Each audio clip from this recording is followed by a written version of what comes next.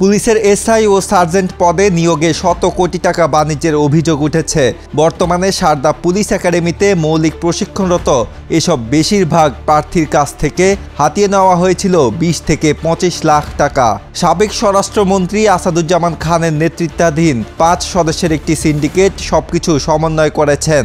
এই চক্রে রয়েছেন স্বরাষ্ট্র মন্ত্রণালয়ের 3 কর্মকর্তা এবং পুলিশ সদর দপ্তরের একজন সহকারী মহাপরিদর্শক।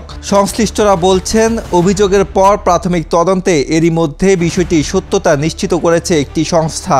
তারা একটি প্রতিবেদন জমা দিয়েছে সরকারের উচ্চ পর্যায়ে। তদন্ত সংশ্লিষ্ট সূত্র বলছে, সাবেক স্বরাষ্ট্রমন্ত্রী আসাদুজ্জামান খান দায়িত্ব নেওয়ার পর থেকেই শুরু হয় পুলিশে নিয়োগের নামে দুর্নীতি। এক্ষেত্রে তিনি একটি সিন্ডিকেট গড়ে তোলেন। তার নির্দেশে চক্রটি এসআই ও সার্জেন্ট নিয়োগে মেধাবী ও যোগ্যদের বঞ্চিত করে অযোগ্য ও অদক্ষদের নিয়োগ দেওয়া শুরু করে।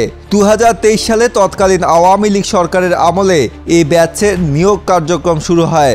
লিখিত পরীক্ষায় উত্তীর্ণ 5800 জনের মধ্য হতে ব্যাপক নিয়োগ বাণিজ্যের মাধ্যমে 820 জনকে নিয়োগ দেওয়া হয়।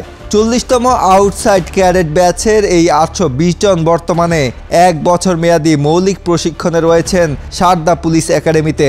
গত 2023 সালের 5 নভেম্বর তাদের প্রশিক্ষণ শুরু হয়।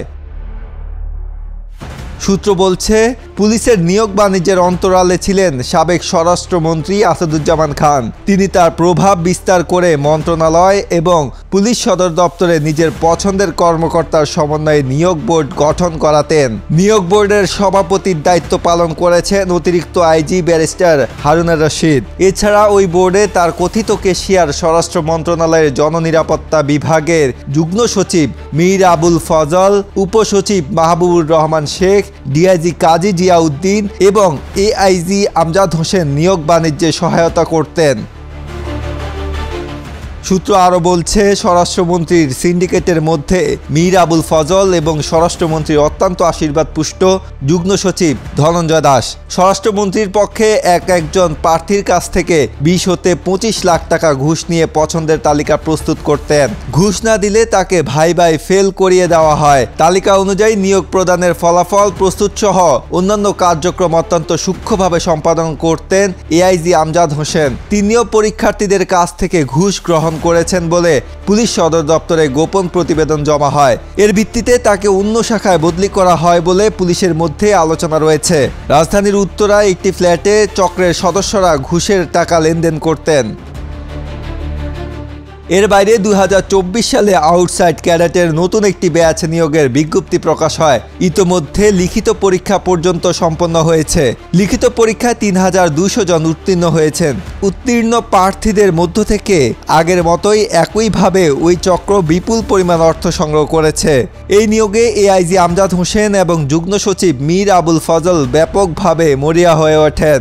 মাঠ পরীক্ষা হতে চূড়ান্ত নিয়োগ পর্যন্ত পার করার উদ্দেশ্যে একজন পরীক্ষার্থীর কাছ থেকে 30 হতে 35 লাখ টাকা প্যাকেজ আকারে গ্রহণ করেছেন বলে তথ্য পেয়েছেন সংশ্লিষ্টরা।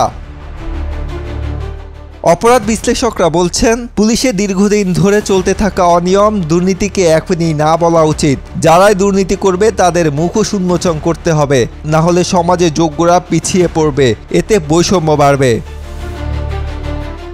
অপরাধ বিশ্লেষক এবং মানবাধিকার সংগঠন হিউম্যান রাইটস সাপোর্ট সোসাইটির উপদেষ্টা নূর খান লিটন বাংলাদেশ প্রতিদিনকে বলেন, উত্থাপিত অভিযোগের বিষয়ে একটি সুষ্ঠু তদন্ত হওয়া উচিত। সত্যতা পাওয়া গেলে যারা ঘুষ নিয়েছেন তাদের বিরুদ্ধে মামলা হতে পারে, আর যারা ঘুষ দিয়ে চাকরি নিয়েছেন তাদের বিরুদ্ধেও ব্যবস্থা নেওয়া উচিত। আজহারুল ইসলাম, বাংলাদেশ প্রতিদিন।